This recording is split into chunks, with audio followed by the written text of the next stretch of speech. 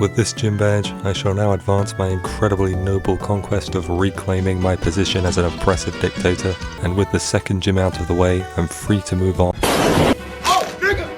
Honey, it's time for my nightly pegging set. Wait, never mind, it's not 8 PM yet, I had something else important. Oh yeah, Team Plasma is attempting to scalp our mint condition limited edition obtained without permission artifacts. Those bastards, we worked hard to steal that shit from poor third world countries. We walk out of the library and find that Team Plasma is in the process of casually walking into the museum en masse, with zero security measures being put in place to stop them. The whole point of gun laws in this country is that there aren't any, just fucking shoot them. We are now going to take your freshly restocked Dragon Corpse straight from the shelf. Please, no, I need it for my pecking session later. In a quick flash, Team Plasma rushes to action by setting up construction equipment in order to safely acquire the Dragon Skull in compliance with OSHA regulations over the course of 3 hours, and then open their console in order to use the /TP command to flee. They didn't even give us a chance to stop them. We pursue them, only to be met with a liberal arts student who turns out to be the gym leader of our upcoming gauntlet of boss fights. Speaking of the bosses we're set to face, let's have a look at the rest of the major fights that await us. Were all the other bosses on strike or something? For some reason, he saw a mob of gingers running away from a museum with a whole ass dragon skull and just doesn't think to stop them, so we're forced to head into Pinwheel Forest to search for them. Now I know what you're saying, because I'm watching you. Garbles, this isn't a forest, you stupid fucking liar with no skills, no talent, no life, no friends, no... And that's exactly what I'm thinking. But technically, since we got an encounter here, we can't get an encounter in the actual forest, which is a slight issue. Despite a different layout, different setting, different encounters, hell even a different fucking postcode, it's technically the same place and we can't get a new encounter here, and there's absolutely no way to circumvent this.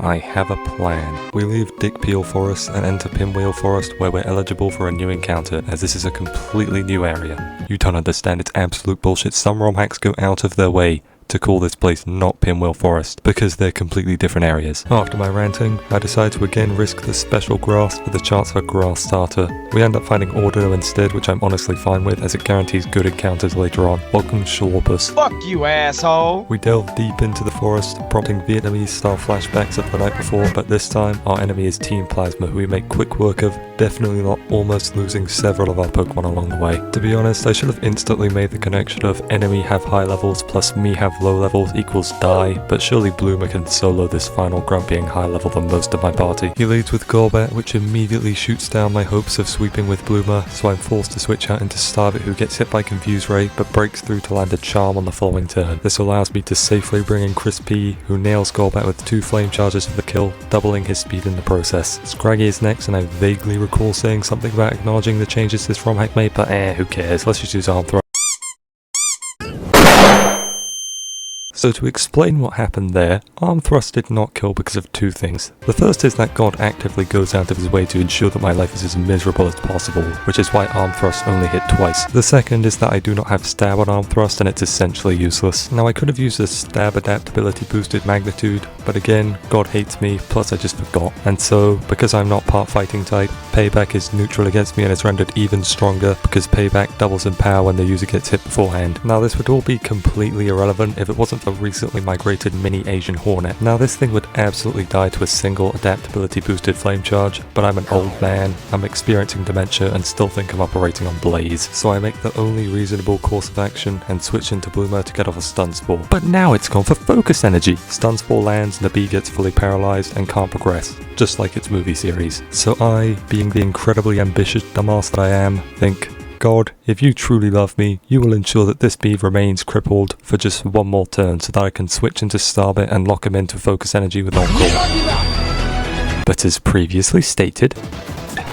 the result of me missing Encore isn't that bad though, and we can still make it through this.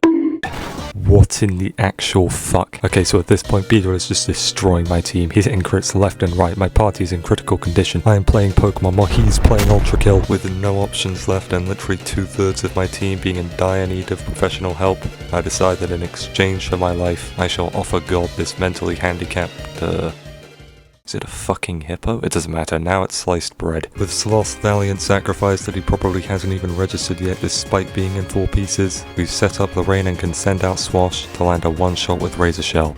Carnivine is last and all of my Pokemon are definitely still dying. I debate for a bit before deciding that it's probably going to go for a grass type move, so I switch into Bloomer while Carnivine just goes for Ingrain, allowing me to safely dump a vat of acid onto him.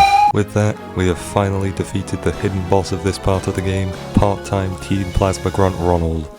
An elderly person just shows up out of nowhere, tells us that the skull is actually just an off-brand knockoff from Temu, gives it back and then just leaves. On our way out of the forest, we run into some King Rocks, and here's where I'd use it to evolve my Slowpoke.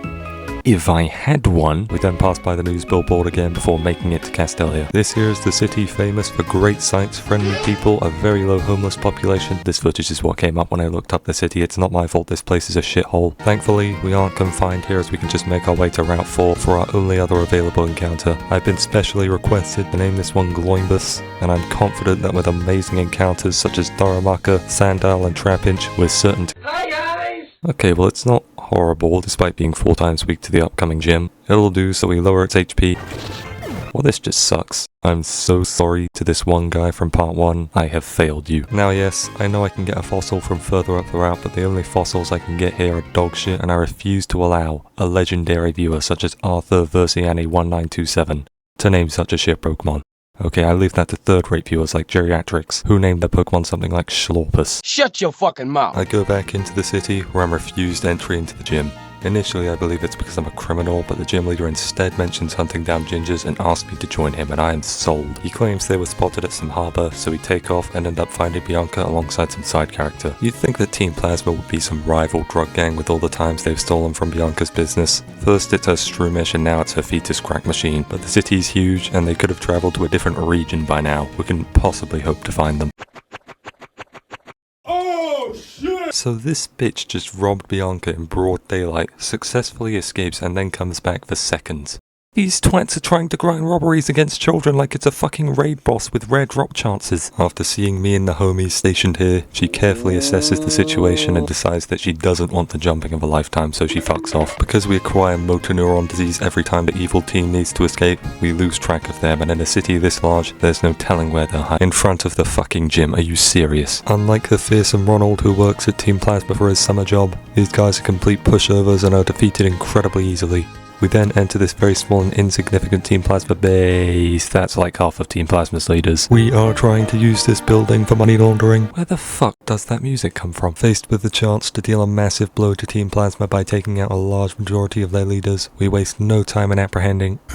I forgot they could do that. But thankfully, this building is now a very valuable crime scene. Berg is just over there discussing the details with the police who are doing their very best to ensure that Team Plasma is brought to justice. Sir, please calm down. What do you not understand? Look, you guys aren't law enforcement. You can't be taking matters like this into your own hands. That is completely irrelevant in this situation. No, because you held them there against their will, which you cannot legally do. They performed a hostile takeover of a building. Okay, but they still have their rights. You can't just hold them there against their will. You need to cooperate with us beforehand and let us do our job. There are much more pressing matters. Are you a police officer? That doesn't fucking matter. No, shut up. Are you a police officer? Wait, look.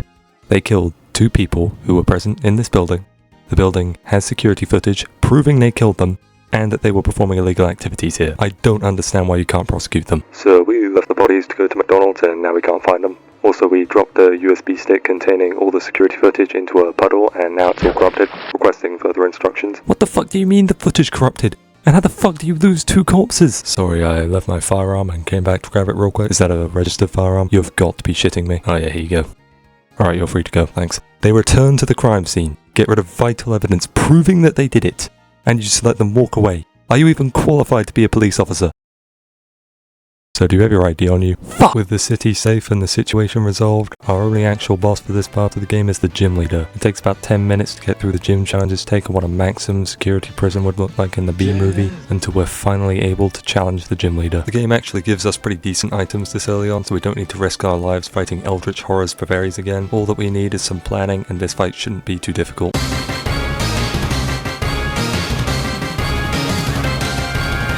The battle begins with Masquerain and Vesperquen facing off against Schlorpus and Scott. After receiving an Intimidate, I use Detect while Masquerain goes for Scold, which sucks, because I was hoping he'd be baited into using literally any other move for me to lock him into with my following Encore, all while Vespiquen fumbles in Acrobatics. I now have to move on to the offensive by using Crunch on Masquerain, which lowers its defense, while also using Charm on Vespiquen to reduce the power of Acrobatics, but it just goes for U-turn, so our attack goes to waste. Heracross is brought in and instantly has his Flame Orb activate his Guts ability. New objective: kill the Beetle Demon at all costs. I do this by sending in Corona, who is evolved into Crobat. I risk a Skull burning him, but both opposing Pokemon double up into Scott, who uses Detect and is therefore